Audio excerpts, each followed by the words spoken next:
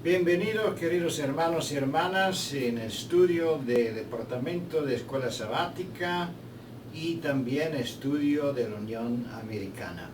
Con ayuda del Señor nos gustaría estudiar juntos nuestra lección del sábado 17 de agosto de 2013, lección número 7, a donde la dureza del corazón conduce. Aquí estamos juntos con nuestra querida hermana Raquel Orce. Bienvenida Raquel. Y nos gustaría estudiar esta lección preciosa. En el fondo tenemos una foto de ruinas que fueron descubierta en los últimos tiempos de una sinagoga de prácticamente el edificio del Sanhedrin. Y entonces es interesante que vamos a hablar mucho del Sanhedrin y qué sucedió ahí, y por eso tenemos este fondo. Antes de empezar el estudio de la lección, nos gustaría tener una oración en silencio.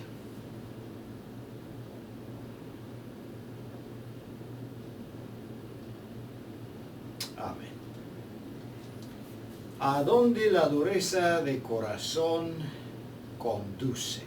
Vamos a ver en esta lección, y antes de entrar en la línea principal de autor de esta lección, nos gustaría estudiar juntos o leer la nota de introducción, Palabra de Vida del Gran Maestro, página 209.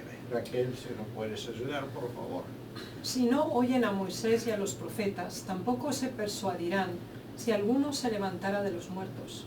Estas palabras demostraron ser ciertas en la historia de la nación judía. El último y culminante milagro de Cristo fue la resurrección de Lázaro de Betania, después que había estado muerto durante 4 días.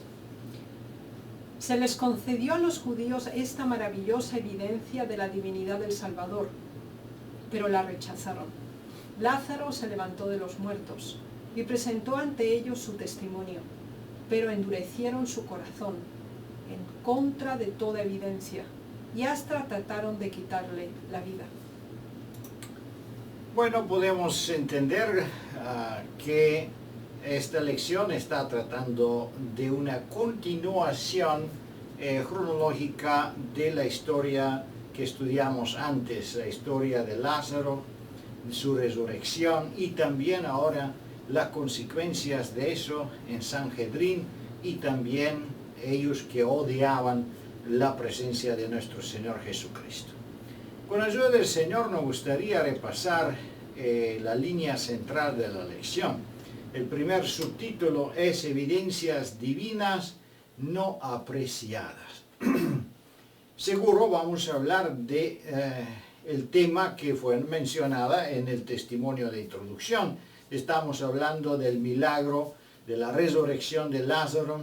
Entonces la reacción tremenda que eso tenía en el pueblo de Dios, pero también en ese tiempo los líderes que no aceptaban a Jesús estaban en una situación muy problemática. ¿Qué hacer con este milagro? ¿Aceptar la presentación de este poder sobrenatural o rechazarla?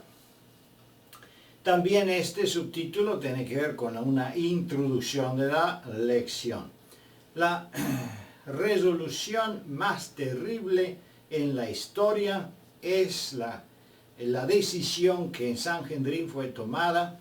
El próximo subtítulo, prácticamente el desarrollo de la historia y también la profundidad de la maldad de los fariseos y los saduceos, está revelada aquí en esos versículos, y también en la misma historia cómo sucedió y qué hicieron ellos o qué decisión tomaron para liberarse de este peligro en sus ojos, peligro de cosas que no entendían.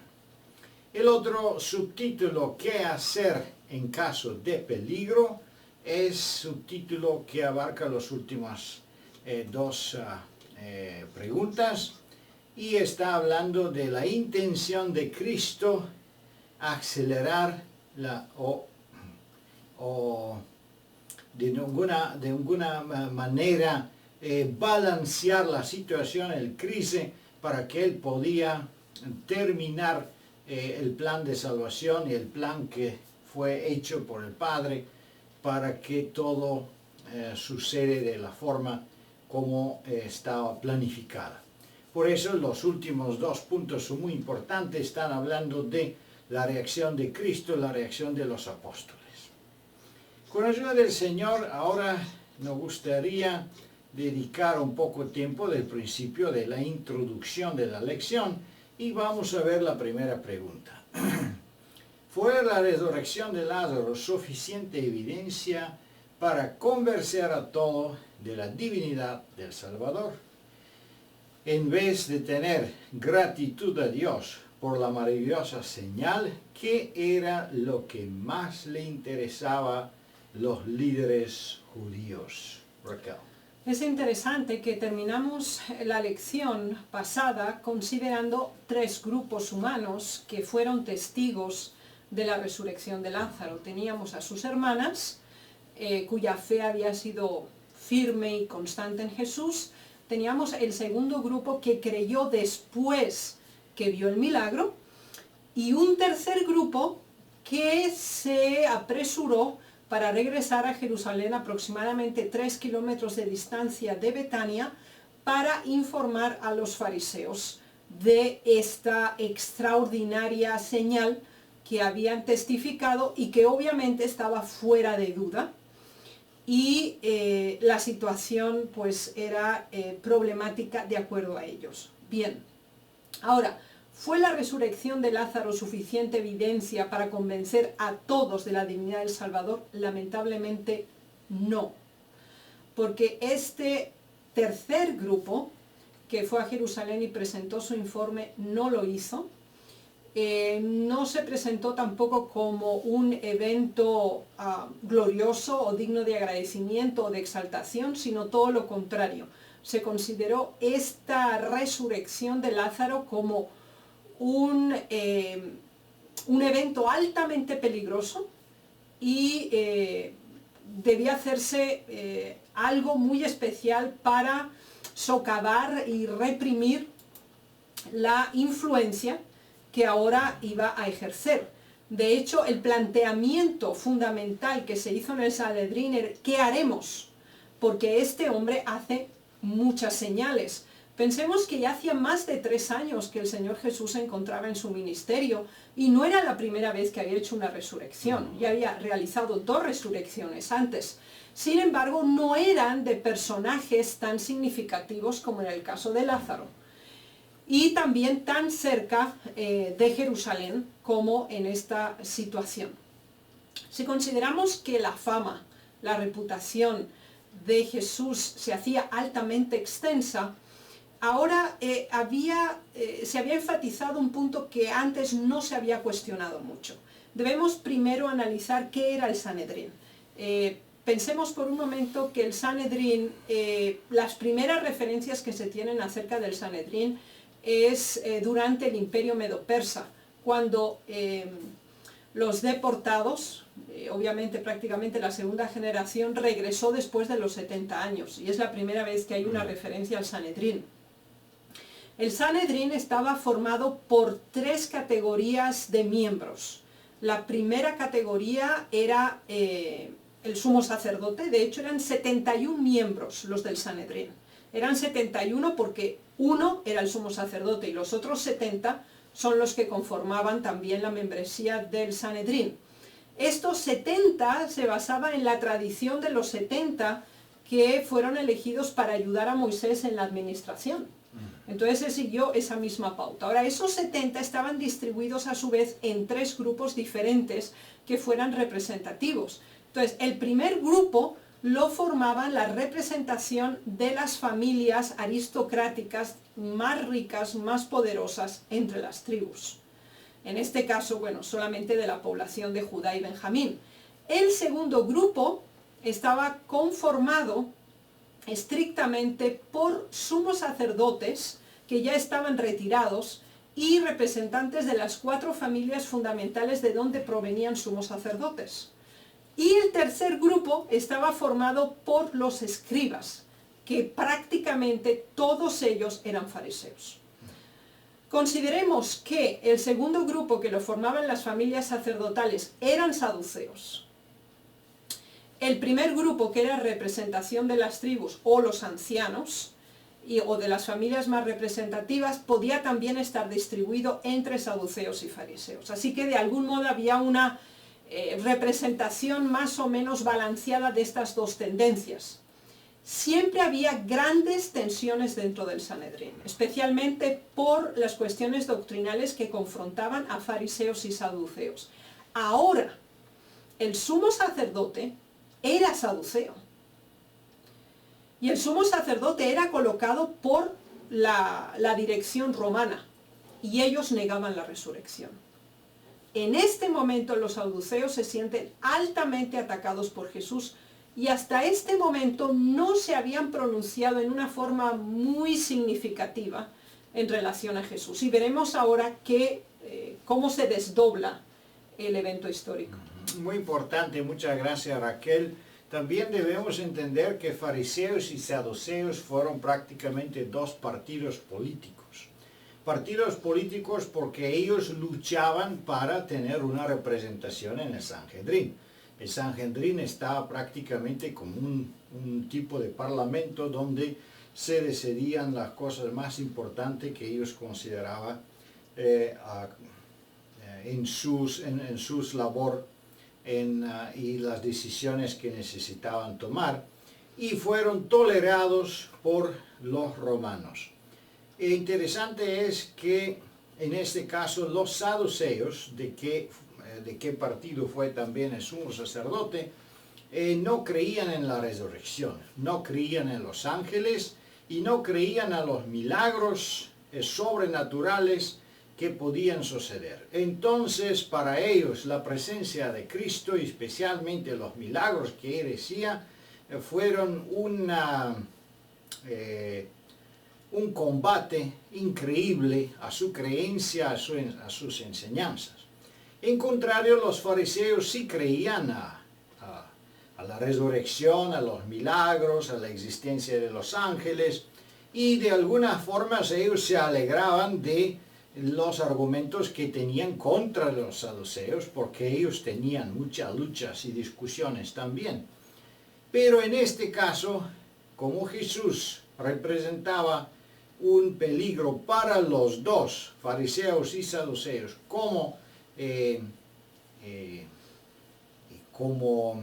se llama? La persona del Mesías, el que se esperaba, y el rey de Israel. Entonces vamos a ver cómo el Sanhedrín prácticamente fue unido para luchar contra la presencia del Hijo de Dios, nuestro Señor Jesucristo.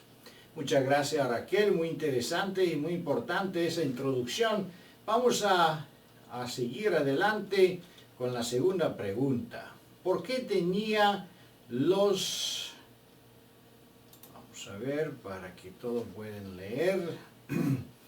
¿Por qué tienen los gobernantes judíos y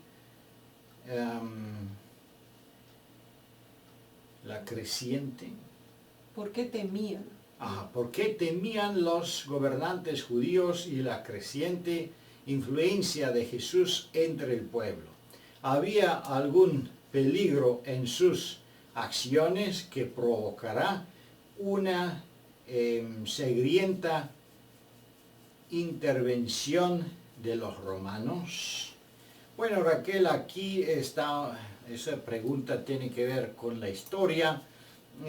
Cuando se hablaba de un peligro, claro, la pregunta está indicando los romanos en ese caso, pero ¿de qué peligro prácticamente estaban hablando los miembros del Sanhedrín? Porque entendemos que ellos consideraban Jesús y su influencia como algo negativo, algo peligroso. ¿En qué sentido fue ese peligroso, Raquel? Bueno, el Imperio Romano había hecho un trato con el Sanedrín. Y todo gobernador romano que llegaba a la provincia de Judea, e inclusive también los reyes que imponían los romanos, piensen que también el sumo sacerdote era colocado por los romanos. ¿Ya? No era de acuerdo a los principios del Antiguo Testamento por linaje, sino que los romanos podían que cambiarlo en cualquier momento de acuerdo a el nivel de cooperación o de apoyo al dominio romano daba este. Entonces veamos aquí en qué situación ellos se encontraban. Si el Imperio Romano había autorizado que el Sanedrín tuviera una cierta atribución judicial y sobre todo de responsabilidad religiosa, así como de custodia de los intereses del Imperio Romano en la provincia de Judea, en este momento ellos estaban enfrentados a tres grandes peligros, de acuerdo a su perspectiva. ¿Cuál era el primer peligro? Uno, se estaba cuestionando la representatividad y la legitimidad religiosa del Sanedrín. ¿Por qué? Uno, la doctrina de los fariseos, de todas las reglas, estatutos y de todas las adiciones que ellos habían hecho a la ley, el Señor Jesús las estaba poniendo a un lado. Respecto a los saduceos, también el cuerpo doctrinal de los saduceos era cuestionado y puesto a un lado por las presentaciones doctrinales de Jesús. Así que el primer elemento era que ellos, como autoridad religiosa, estaban siendo cuestionados y obviamente decreciendo en su influencia en relación al pueblo por las enseñanzas de Cristo y el propio ejemplo de Jesús. Ese era un primer elemento que los estaba minando como institución religiosa máxima y directiva. Una era, como hemos dicho, el nivel religioso. El segundo era el nivel social.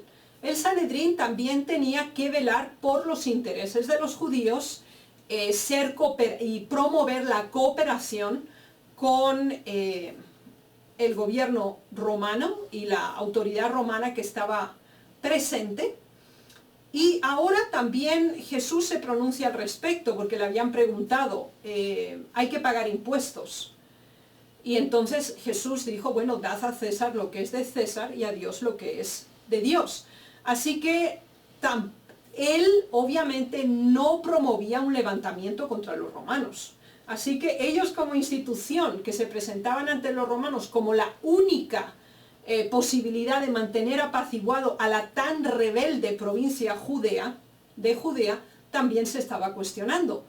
Y el tercer elemento también muy importante era su determinación como único cuerpo representativo de la religión judía, que obviamente estaba quedando obsoleto ante el ministerio del Señor Jesús. Así que ellos en su representatividad y ellos como partes de esta institución no estaban en conjunto colaborando oficialmente con el Imperio Romano, aunque sí se habían comprometido a esto. Así que se dice, si lo dejamos así, todos creerán en él. Entonces se dieron cuenta, bueno, si nosotros no intervenimos, si no hacemos nada, bueno, Jesús se va a convertir en el jefe espiritual de esta nación y va a llegar inclusive más allá. Pero después añadieron otro elemento, y vendrán los romanos y destruirán nuestro lugar santo y nuestra nación. Esto obviamente era un elemento que les preocupaba a nivel personal. Piensen que el salario y el mantenimiento del Sanedrín lo hacían los romanos. Ahora, si el Sanedrín no estaba ofreciendo ningún beneficio a los romanos, ¿por qué los tenían que mantener? ¿Por qué tenía que pagar al sumo sacerdote un salario increíble que le pagaban los romanos? Porque se suponía que ellos mantenían en paz, en colaboración social y en quietud toda la población judía.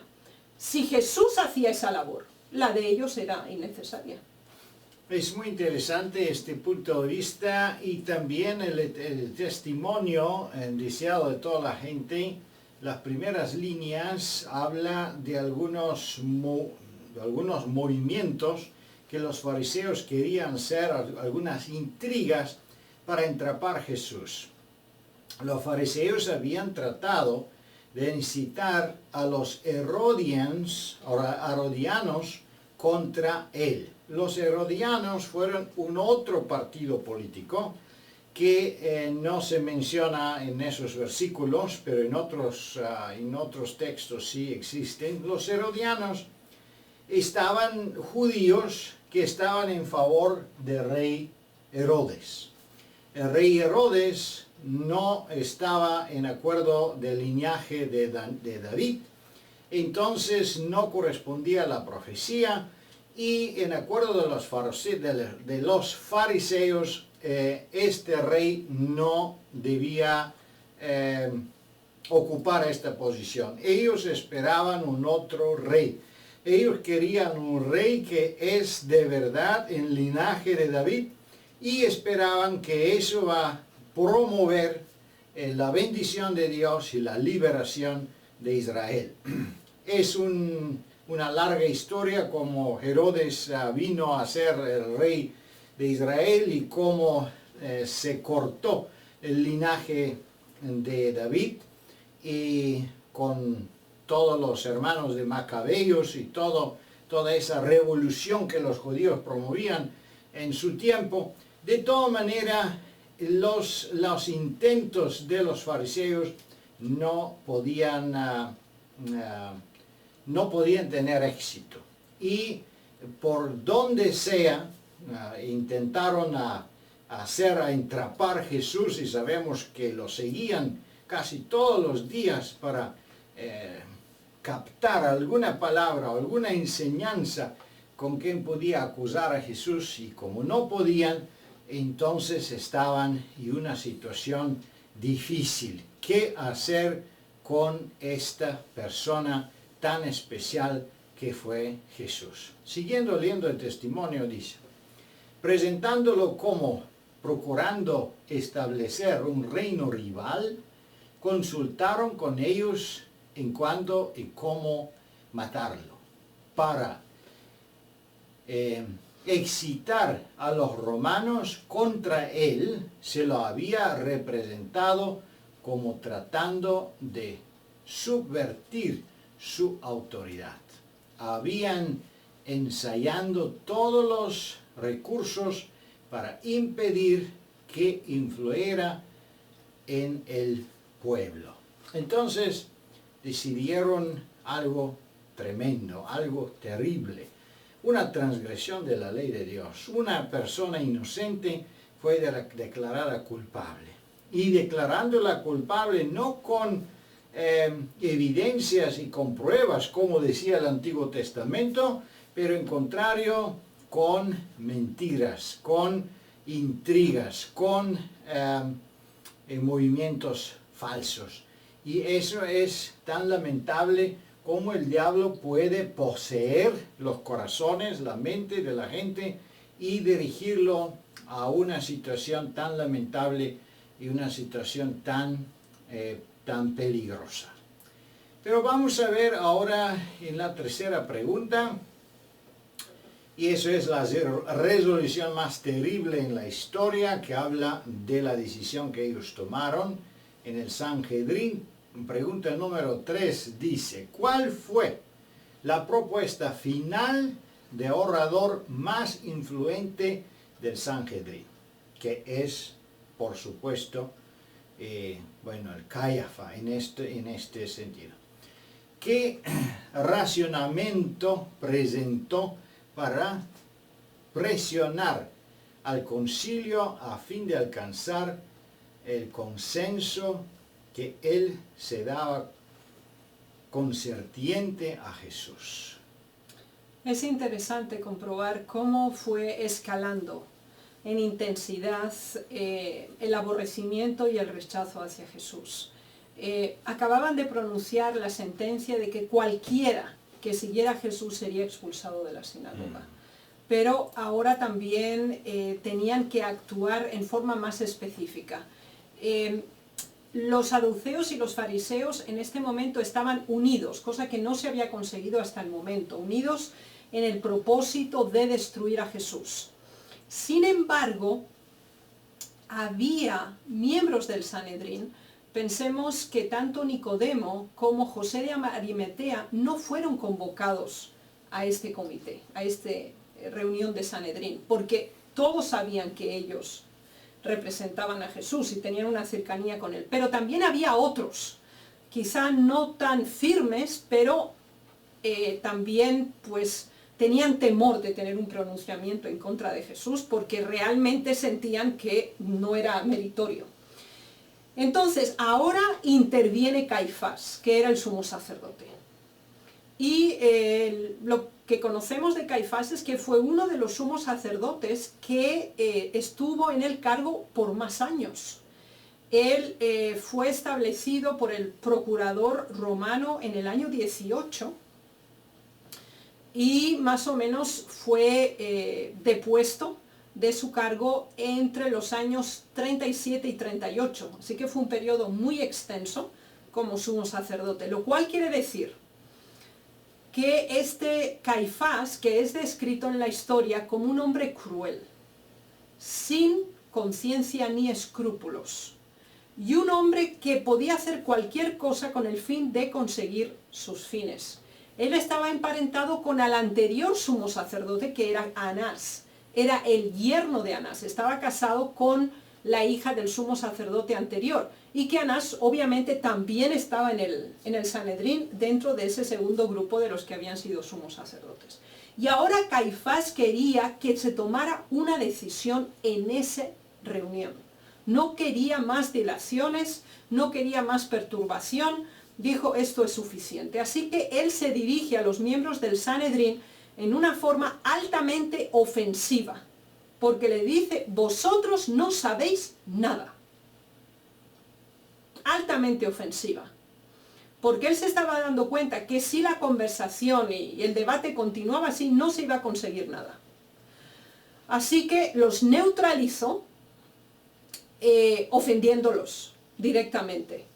Y entonces les dice que tenían que tomar en consideración un principio que ya había tenido antecedentes en la época de los macabeos también, donde es mejor que un hombre muera por el pueblo y que no toda la nación perezca.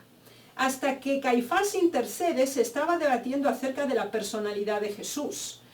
Y se estaban dando todos los puntos positivos y todos los negativos. Y ahora Caifás interviene porque ve que estaba ganando la parte positiva de Jesús. Porque eran hechos, evidencias que no podían negarse. Entonces, él en una forma muy astuta no presenta si Jesús es bueno o malo. Ese ya no era el tema. Porque obviamente no se podía decir que Jesús hacía mal. No se podía decir que Jesús había hecho algo que perjudicaba a los judíos, o que él estaba haciendo mal a la gente, obviamente no. Entonces, ese ya no era el tema. El tema era que para salvaguardar su institución, el Sanedrín, su poder y su autoridad, este hombre que estaba cuestionando, aunque no en una forma directa, sino simplemente por sus acciones, ya que era una reivindicación de lo que era correcto, o sea, la presencia de Jesús era ofensiva para todos los miembros del Sanedrín, porque ellos no eran así.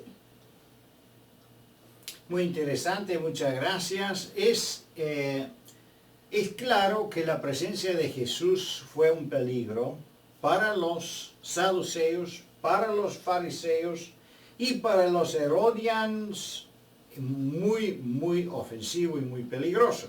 Pero al mismo tiempo, porque la gente hablaban con cuidado, porque tenían miedo de Jesús, sabiendo que en el pasado la gente de Dios o los profetas de Dios fueron maltratados, matados y por supuesto las consecuencias seguían muy mal para el pueblo. Entonces ellos tenían este miedo supersticial por hacer algo a una persona que tiene que ver con poderes sobrenaturales. Por eso necesitaba el sumo sacerdote en este caso intervenir de esa forma. Un otro punto de vista, porque por ejemplo en una otra lección vamos a estudiar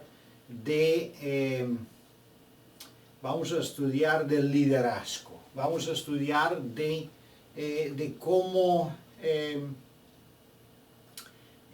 es el orden apostólico de los oficiales. Y en ese caso tenemos un oficial, Caifás, que fue elegido prácticamente de una forma corrupta, de una forma incorrecta, con manipulaciones, con la ayuda del poder romano y todo eso. Pero en este caso, Dios usa esa persona que no tiene mucho que ver con el Espíritu Santo y tiene mucho más que ver que en los planes del diablo, pero Dios usa a Caifás para pronunciar una profecía importante que está relacionada con Jesús. Y eso es que es genial. Y las manos de Dios, hasta los enemigos del pueblo de Dios, en una situación oportuna, pueden ser instrumentos para anunciar o para pronunciar la voluntad de Dios. Vamos a seguir adelante y considerar la próxima pregunta número 3. ¿Cómo se comprendió la segunda parte del argumento de Caifás? ¿Qué profundo significado vio el evangelista en la propuesta de condenar a Jesús a la muerte? Vamos a ver, aquí tenemos el San Juan capítulo 11.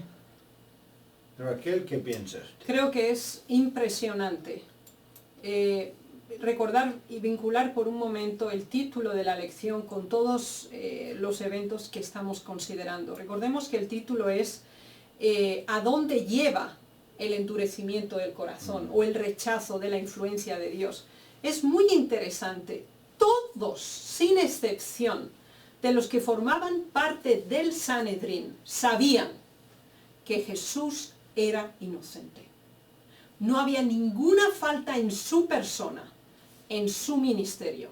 Y sabían que lo que estaban haciendo estaba mal, pero lo estaban haciendo igualmente. ¿Qué significa esto? Que cuando el Señor habla a nuestro corazón, cuando el Señor nos muestra lo que es correcto, pero nosotros insistimos, nos reiteramos y perseveramos en el mal hacer, solo porque eso es lo que nosotros queremos, solo porque eso es lo que deseamos, ¿qué es lo que ocurre? Llegamos a perder la percepción del bien, la sensibilidad por aquello que es correcto.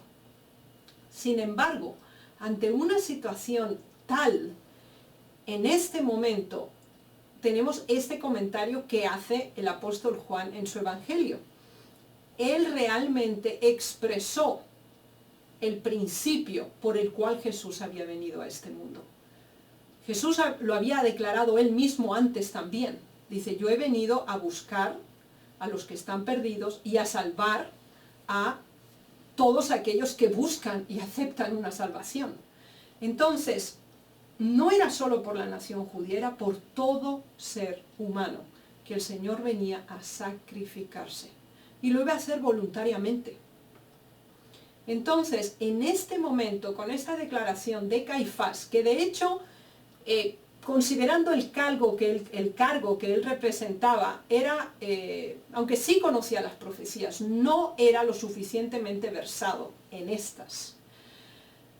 Pero hace una declaración que el Señor inspira en sus labios y que sintetiza el ministerio de Jesús.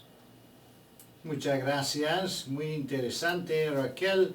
Aquí tenemos también un corto testimonio, el primer testimonio que tenemos relacionado con la pregunta. Al declarar que un hombre morirá por toda la nación, Caifás demostró que tenía cierto conocimiento a las profecías, aunque muy limitado.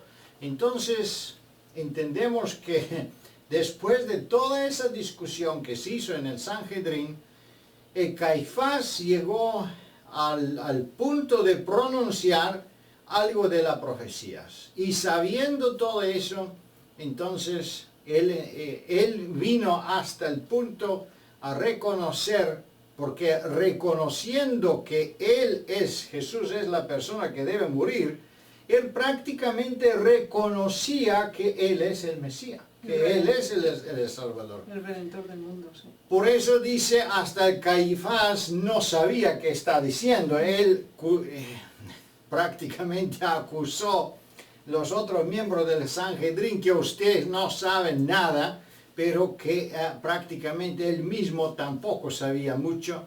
Él declaró y declararon en esta reunión prácticamente que Jesús era el sacrificio para la humanidad y que es mejor que Él muere para salvar todo el mundo, para salvar el pueblo. Es interesante en qué una forma genial funciona el plan de salvación y todo que Dios toma en su consideración. Imagínense que hasta en algunas líneas, hasta la caída de los ángeles, Él usa para la santificación de los hombres y en la salvación. Por eso, todo que Jesús, todo que Dios hace es perfecto. Todo que Él permite tiene doble y triple significado y doble y triple provecho en corto plazo, en largo plazo, para la eternidad. Y en este caso, eso es que sucede también en el Sanhedrin. Vamos a seguir adelante con pregunta número 5. Basándose en esas ideas, ¿y qué conclusión o a qué conclusión llegó el concilio a final de la reunión? Bueno, a una decisión muy terrible y muy triste, muy triste. La decisión que tomaron es que Cristo debía morir, que Él debía morir. Se dieron cuenta que no había ninguna manera de limitar su poder, su influencia, la relación que mantenía con el pueblo. No se podía cortar a no ser que Él desapareciera como persona, era imposible, ¿sí? Y esto es realmente el punto álgido de la lección. Y de nuevo relacionemos con el título. ¿A dónde uno puede llegar cuando endurece su corazón? Si alguna vez nosotros sentimos enemistad, repulsa hacia una persona, no debemos pensar en eliminar a esa persona. Tenemos que pensar qué es lo que hay en mí que genera esos pensamientos que son una evidencia de los frutos de la carne.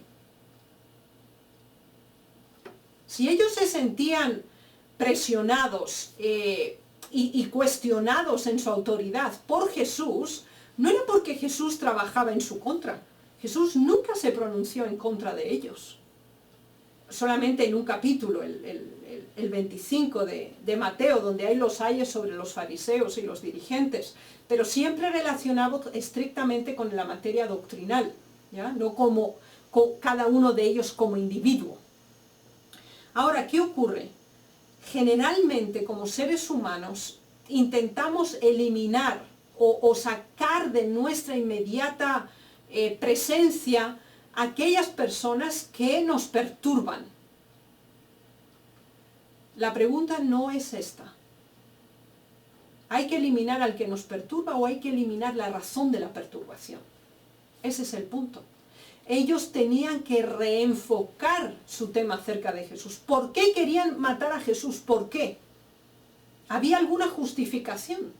El asesinato es un fruto que pone Satanás en el corazón del ser humano.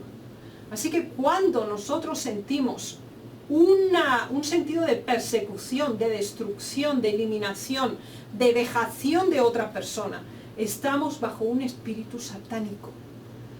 Y quiera el Señor liberarnos de esto, que nunca ocurra en nuestras vidas. Muchas gracias, muy importante. Esta lección es sumamente importante. Si se recuerdan a la lección, prácticamente 2 lecciones anteriores, teníamos la historia de Buen Samaritano. Y en esta lección teníamos una pregunta que hablaba de los prejuicios que tenían los judíos y cómo ellos separaban la gente de buenos y malos, de samaritanos y de israelitas, y que no se juntaba con los samaritanos. Y Dios, nuestro Señor Jesús, le dio una buena lección con la historia del buen samaritano. Pero en ese caso vamos a ver que no solo están confrontándose con un prejuicio. Aquí el odio que ellos tenían contra una persona que no podían comprender, no podían combatir, una persona que enseñanza le forzaba a cambiar su punto de vista, a cambiar su forma religiosa de aprender las escrituras. Entonces se enfrentó con tanto odio de parte de los fariseos y los miembros del Sanhedrin que llegaron hasta el punto, como tú dijiste, de tomar una decisión satánica. Y eso es la prueba aquí, segundo testimonio dice: Satanás le enseñó que al fin de mantener su autoridad debían dar muerte a Jesús. Qué terrible y qué profundo podemos caer siguiendo nuestra naturaleza caída, siguiendo nuestra naturaleza pecaminosa, las inclinaciones, el odio, el egoísmo que obviamente estaba tomando una posesión muy grande en la vida de esa gente, en el Sanhedrin, que alababan ellos mismos, y eso es prácticamente el punto principal, que el pueblo alababa a Jesús más que alababan a ellos. Y él tenía, poco a poco, obtenía una autoridad más grande que la autoridad que ellos tenían. Entonces, eso fue suficiente de odiarlo tanto hasta llegar de la decisión de eliminarlo. Yo creo que es difícil hacer alguna comparación con nuestra vida y con nuestra realidad hoy día, porque yo no creo que alguien tenga el deseo a matar o eliminar a alguien, pero lamentablemente en el proceso de vivir, en el proceso de trabajar, sí puede surgir algo semejante. Si alguien demuestra talentos mejores que yo, si alguien demuestra más energía, más éxito en el trabajo, si tiene más influencia en el trabajo, entonces muchas veces puede suceder eso, y sucede muy a menudamente en el mundo, donde los científicos, los políticos y todo además que tienen que ver con la influencia, intenta de distribuir noticias malas, de destruir la autoridad de una persona, de manchar el nombre de una persona, para que no pueda ocupar un puesto que posiblemente nosotros queremos ocupar.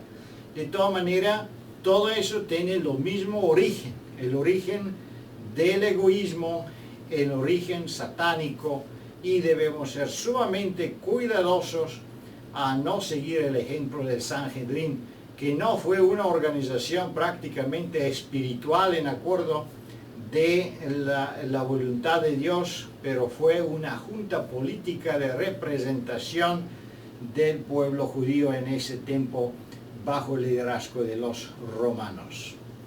Vamos a ver la próxima pregunta, 6. Era la intención de Cristo acelerar la crisis. De acuerdo a las instrucciones que había dado a sus discípulos, ¿qué hizo él bajo esas circunstancias? Estamos bajo la tercero subtítulo. Esa es la tercera parte de la lección. es muy importante para entender qué hacer y cómo reaccionar si algunos de nosotros, cae en esta situación de ser acusado inocentemente, de ser perseguido, quizá no por la muerte, pero por otras razones. Puede ser que somos perseguidos por las autoridades porque nosotros tenemos una creencia que no cuadra con la política en este momento, como fue en el gobierno nazi en Alemania y en otros países también por las guerras civiles. Entonces, ¿qué hacer? ¿Cómo actuar en esa situación? Sí, vamos a aprender en esas dos preguntas. Pero primero, pregunta número 6. ¿Era la intención de Cristo acelerar el crisis? ¿Quería él combatir el Sanhedrin? Obviamente él tenía todo el poder, podía matar a todos, podía liberarse del Sanhedrin, podía llamar a su padre y los ángeles debían limpiar todos esos incrédulos de su camino. Pero ¿fue eso su intención? ¿Qué quería él hacer? Bueno, el Señor Jesús se estaba preparando para su última fase de servicio en esta tierra. Se estaba aproximando el tiempo de la última Pascua que Jesús iba a realizar en esta tierra.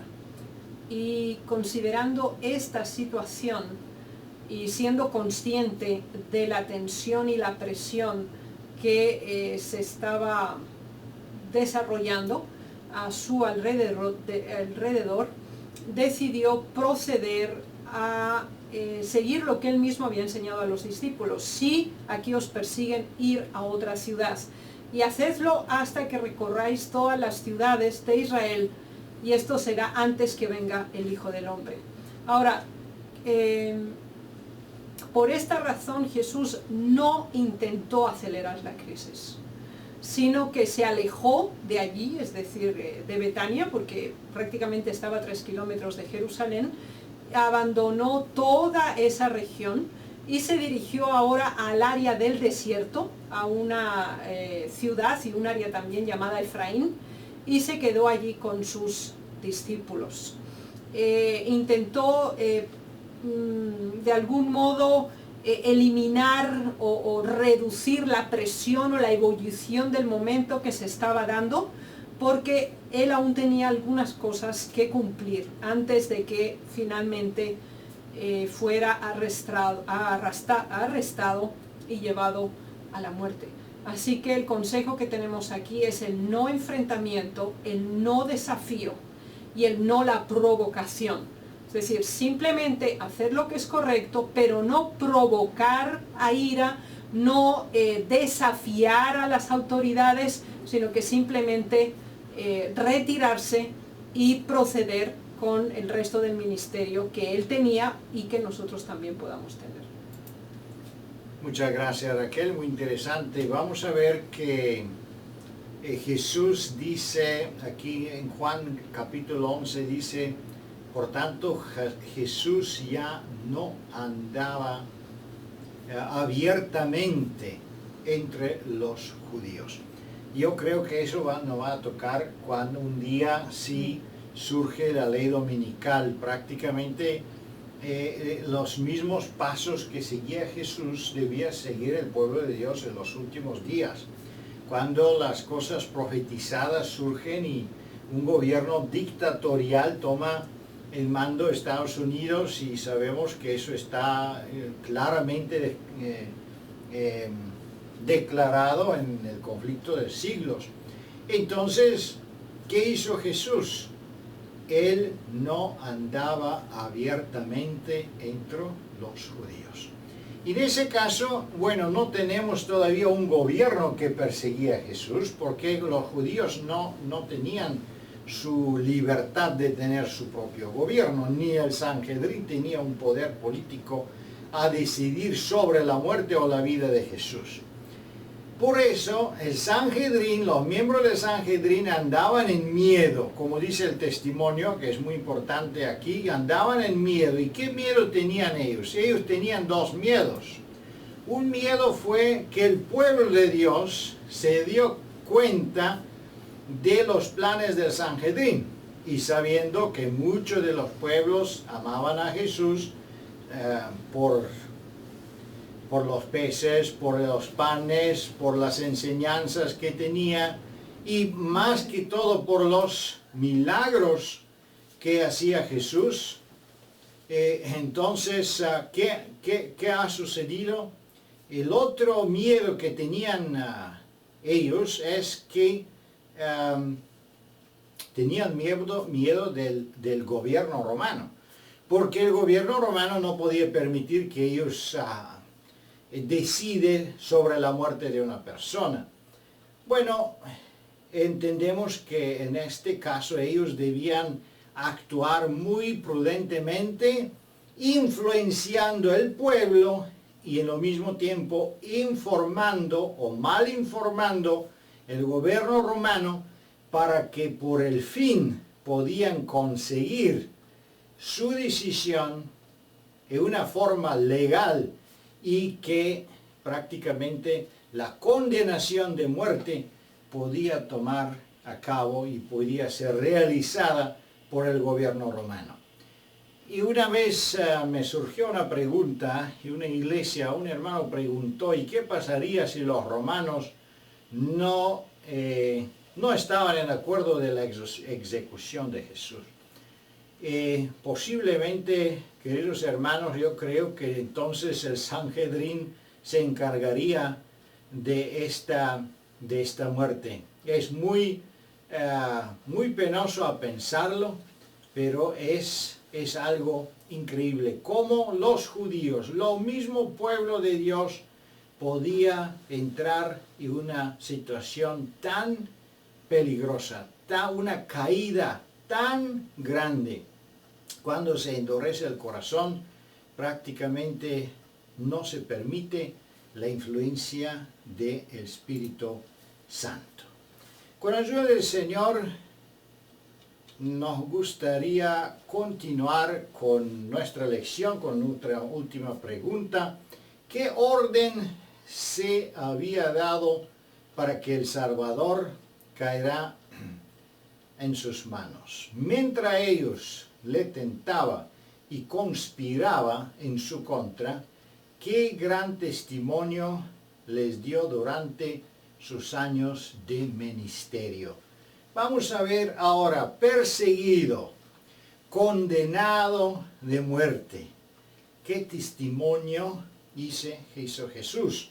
¿Qué comportamiento tenía él? Porque eso es exactamente este comportamiento y este testimonio debe darse de parte del pueblo de Dios los últimos días. Eso va a ser último llamado al mundo de conversión antes de el fin del mundo y en la segunda venida de Cristo llegaría. Bueno, ¿qué sucedió con Jesús? Vamos a escuchar primero, Raquel. Bueno, Jesús había procedido a retirarse para no levantar o desarrollar una crisis mayor. Pero como ellos habían tomado la decisión de que había llegado el momento en que tenía que ser ejecutado, ya no se podía soportar más esto. Entonces ellos tenían temor de directamente hacer un arresto público, porque obviamente la gente pues iba a reaccionar, porque todos conocían a Jesús. Entonces lo primero que hicieron es distribuir unas noticias, y diciendo, los principales sacerdotes y los fariseos dieron la orden de que cualquiera que supiera dónde estaba, se lo dijese, para que ellos fueran y lo prendieran. La otra oportunidad que tenían también era que ellos conocían que Jesús asistía a las fiestas. Él cumplía todos los reglamentos, igual que iba cada sábado a la sinagoga y asistía a las fiestas. Entonces, sabiendo que se acercaba la Pascua, el planteamiento que tenían es, bueno, va a aparecer, o no va a venir a la fiesta. Entonces había varios elementos que les facilitaban su proceso de aprehensión de Jesús. Así que a pesar de que habían confirmado que no era nada malo en Jesús, no estaban dispuestos a renunciar a sus propias ideas y decidieron llevarlo hasta las últimas consecuencias. Muchas gracias. Es interesante que entendemos que en lo mismo tiempo cuando él fue perseguido, cuando el Sanhedrin distribuyeron esas noticias y cuando se preparaban ellos con todas las medidas para eliminar a Jesús de sus caminos, Jesús no paró a hacer bien. Él continuó a hacer sus milagros. Él continuó a predicar. Él continuó a viajar. Él continuó con sus discípulos. Él continuó con las buenas obras que él hacía. Y eso es muy importante para nosotros, porque, queridos hermanos, en el último tiempo, cuando empieza la persecución, no debemos escondernos en una cueva y no salir más de ahí. Y sabemos que bajo el poder de la lluvia tardía, el pueblo de Dios va a tener un poder muy semejante de eso que tenían los apóstoles en este tiempo, y se podía y debían hacer y practicar varios milagros y predicaciones y testimonios. Debemos entender que eso va a ser un tiempo glorioso de la distribución del Evangelio. Eso es que hizo Jesús prácticamente. Él hasta el último momento usaba la posibilidad de distribuir el Evangelio, viajando, pasando por la tierra de los samaritanos, en un pueblo, en otro pueblo, en un pueblo rechazado, otro pueblo aceptado, pero siempre predicando, haciendo la obra que él debía hacer. Él no se asustó. A veces yo pienso que de todas maneras no le podían hacer nada. Él podía hacerse invisible, como sucedió eso una vez en el templo, otra vez en Nazaret, cuando querían apedrearlo. En Nazaret querían empujarlo en un abismo. Perdón, entonces él pasó invisible, no lo podían hacer nada. Y los apóstoles dormían también tranquilamente, porque ellos pensaban: Jesús, nadie lo puede hacer nada, ni la tormenta lo tocaba, ni los animales. Él es el Hijo de Dios, Él es el Rey de Reyes, Él es Dios de dioses, Él es sobrepoderoso, nadie puede hacer nada.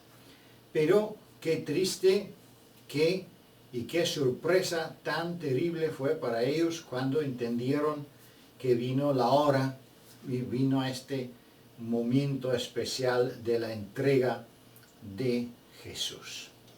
Aquí tenemos un testimonio deseado de todas las gentes. Jesús había consagrado ahora al mundo 3 años de labor pública. Ante el mundo estaba su ejemplo de abnegación y desinteresada benevolencia. Su vida de pureza, sufrimiento y devoción era conocida por todos. Sin embargo, solo durante este corto periodo de 3 años pudo el mundo soportar la presencia de su Redentor. Es increíble en este corto tiempo qué grande influencia tenía él, y después hasta hoy este mensaje está andando casi en todo el mundo. Para considerar y para concluir esta lección, sí nos gustaría considerar también este testimonio para meditar. Y sí, te agradecería, Raquel, si no puedes ayudar con la lectura del testimonio. Su vida fue una vida sujeta a persecuciones e insultos, arrojado de Belén por un rey celoso, rechazado por su propio pueblo en Nazaret, condenado a muerte sin causa en Jerusalén. Jesús, con sus pocos discípulos fieles, halló temporalmente refugio en una ciudad extranjera. El que se había conmovido siempre por el infortunio humano, que había sanado al enfermo, devuelto la vista al ciego, el oído al sordo y el habla al mudo, el que había alimentado al hambriento y consolado al afligido, fue expulsado por el pueblo al cual se le había esforzado por salvar. El que anduvo sobre las agitadas olas y con una palabra acalló su rugiente furia, el que echaba fuera demonios, que al salir reconocían que era el Hijo de Dios, el que interrumpió el sueño de la muerte, el que sostuvo a miles pendientes de sus palabras de sabiduría, no podía alcanzar el corazón de aquellos que estaban cegados por el prejuicio y el odio y rechazaban tercamente la luz. Muchas gracias. Es un testimonio muy importante y debemos considerarlo en nuestra lección. Algunas palabras de conclusión, Raquel. Sí, yo creo que tenemos que enfatizar algunos elementos muy importantes. El hecho de que esta institución religiosa, la máxima de los judíos en aquel momento, se pronunciara oficialmente por la muerte de Jesús, nunca podemos considerarla como un elemento aislado. Fue el resultado de toda una evolución, de todo un proceso. En las diversas notas se nos ha enfatizado reiteradamente el hecho de que este odio, esta enemistad y este rechazo fue en aumento. Y lo que producía el rechazo no era el que Jesús estaba haciendo algo malo, ese no era, sino que, como se nos dice respecto a la relación de Caín y Abel, Caín odió a Abel porque sus obras eran justas y las suyas no. Entonces, ¿qué ocurría aquí? Cuando Jesús curaba a los enfermos, cuando Él tomaba a los niños y los bendecía, cuando dedicaba todo su esfuerzo para alimentar y sostener a los que lo necesitaban, era un desafío para ellos, porque ellos no actuaban así. Ellos no tenían ese comportamiento que era nacido de Dios. Entonces, la presencia de Jesús era una ofensa, era una molestia. Ahora, ¿qué ocurría? La fama de Jesús iba en aumento, la gente lo buscaba porque solamente en Él podían encontrar ayuda y sostén.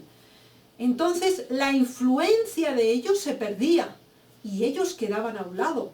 Y con el tiempo ellos se daban cuenta que realmente su presencia y la institución que representaban sería innecesaria, irrelevante. Así que su prejuicio, su odio y el rechazar obstinada y sistemáticamente la palabra y la voz de Dios en su corazón le llevaron a las últimas consecuencias. Y ese es un mensaje para nosotros. No podemos, bajo ninguna circunstancia, dar lugar a frutos de la carne que tenemos constancia de que están mal. Así que tenemos que pedirle de todo corazón al Señor que nuestro corazón no se endurezca, que el Señor nos conceda ese corazón de carne y lo preserve sensible a su influencia y tierno para su voz y para escuchar su llamado. Muchas gracias, muy interesante.